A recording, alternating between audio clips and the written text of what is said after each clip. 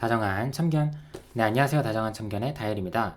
네, 우리는 성인이 되고 학업을 모두 마치면 취직을 하던지 사업을 하던지 이렇게 일을 하기 시작합니다. 그런데 우리는 특히나 경쟁이 매우 치열하고 발버둥 치지 않으면 살아가기 힘든 사회를 살아가고 있죠. 저희가 받았던 많은 분들의 사연을 들어봐도 내가 하는 일이 잘 안 풀려서 또는 과도한 업무량 때문에 너무 힘들어서 회사에 야근, 주말 출근 등이 너무 많아서 인간관계가 너무 힘들어서 등등 결국에 나 혼자 살아남기도 힘들어서 연애를 포기하시는 분들, 그리고 이런 모습들이 연애에 안 좋은 영향을 많이 끼쳐서 그 사랑을 끝까지 지켜나가지 못하시는 분들이 정말 많습니다. 저 또한 지금은 여러 사업을 하고 있지만 작년 이맘때쯤까지만 해도 약 4년간의 직장 생활을 이어왔었는데요. 직장 생활을 하며 불만족스러운 부분도 너무 많았었고 혼자 불평불만을 하는 부분도 많았었던 것 같습니다. 그래서 내 문제인데도 불구하고 가족이나 여자친구에게 예민하게 대하거나 좀 탓을 돌리기도 했던 것 같아요. 직장 생활을 하다 보면 여러 가지 문제들이 있죠. 저 같은 경우에는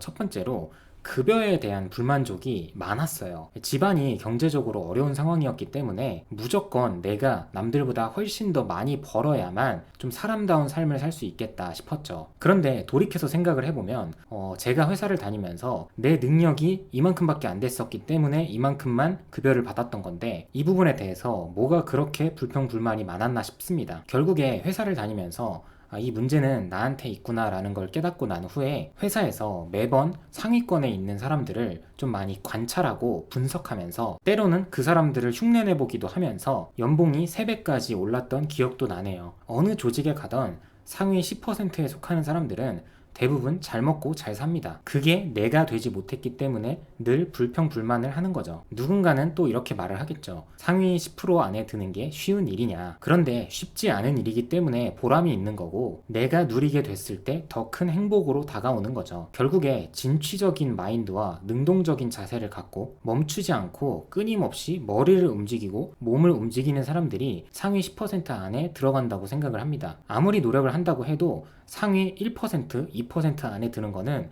정말 특별해야 하고 운도 따라야 한다고 생각을 해요. 하지만 이런 본질적인 마인드를 잘 갖추신 분들은 어떤 분야에서든 충분히 상위 10% 안에는 들 수 있을 거라고 생각을 합니다. 저 또한 회사를 다니면서 이런저런 사람들을 많이 만나봤지만 결국에 잘 되는 사람들은 긍정적인 마인드를 가지고 내가 잘 될 수밖에 없는 이유를 끊임없이 찾고 있고 안 되는 사람들은 끼리끼리 모여서 안 되는 이유를 계속 찾으면서 서로가 서로를 위로하며 합리화를 하더라고요. 여러분은 어느 쪽이 되고 싶으신가요? 저 또한 회사를 다니며 이 두 가지 상황을 모두 다 경험을 해본 사람으로서 똑같은 일을 하더라도 나 자신만의 소명, 목표, 그리고 비전이 있냐 없냐에 따라서 이 결과가 크게 바뀌는 것 같아요.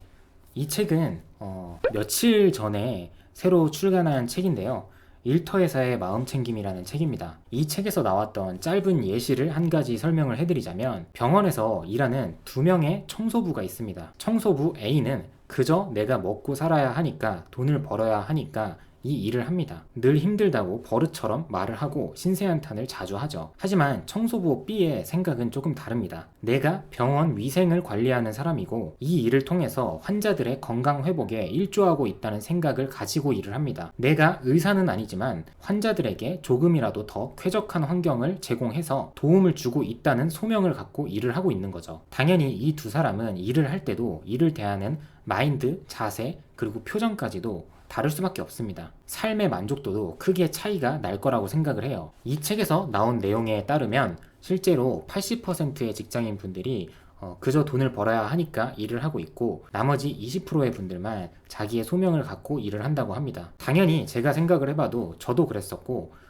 먹고 사는 게 1순위이기 때문에 당연히 돈을 버는 것도 1순위일 수밖에 없다고 생각을 해요. 하지만 어차피 똑같은 일을 할 거라면 똑같이 힘들 거라면 나 자신만의 소명을 갖고 일을 하는 게 굉장히 중요하다고 생각을 합니다. 그리고 두 번째로 제가 회사를 다니면서 가장 싫었던 부분 그리고 힘들었던 부분은 바로 수면입니다. 보통 직장인 분들의 출근 시간이 빠르면 7시부터도 있고 늦으면 10시 때까지 있으시잖아요. 저는 8시 반까지가 출근 시간이었었는데 매일 아침에 7시 전에 일어나는 게 정말 너무 힘들었어요. 원래도 잠이 정말 많은 편이고 여기에 더해서 수면 시간을 충분히 갖지 못하면 항상 코피를 흘렸습니다. 어릴 때부터 조금만 피곤해도 코피를 자주 흘렸었는데 성인이 된 후에도 1년 중에 300일 정도는 코피를 계속 흘렸던 것 같아요. 그동안 살면서 이비인후과와 내과를 한 10대 군데는 갔던 것 같은데 어디를 가도 특별한 방법은 없다고 하더라고요. 컨디션 관리를 잘해라, 이 말만 해주시더라고요. 그런데 퇴사를 하고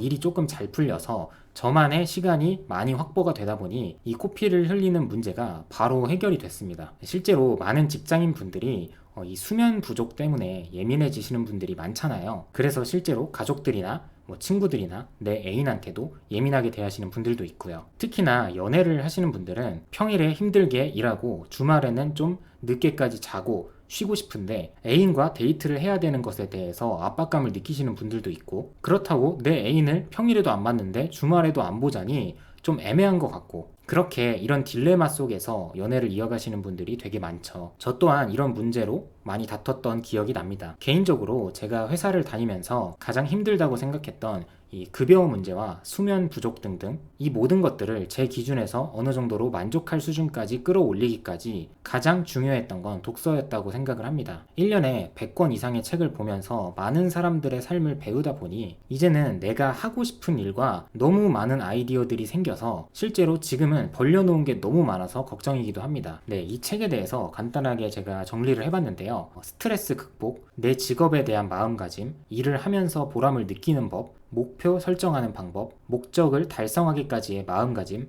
하고 싶은 일을 찾는 법, 일하면서 인간관계를 잘 만드는 법, 나 자신을 성장시키는 법, 이렇게 직장 생활을 하시는 직장인 분들에게 현실적으로 정말 많은 도움이 되고 유익하고 알찬 내용들을 다루고 있습니다. 오늘도 댓글을 남겨주신 분들 중에 제가 10분을 추첨해서 이 책을 보내드리도록 하겠습니다. 당첨되지 못하신 분들은 다음 기회를 노려보셨으면 좋겠고요. 개인적으로 저도 한 번 더 보고 싶은 책이라서 혹시나 서점에 가서 이 책을 발견을 하시면 꼭 한번 구매해서 읽어보시기 바랍니다.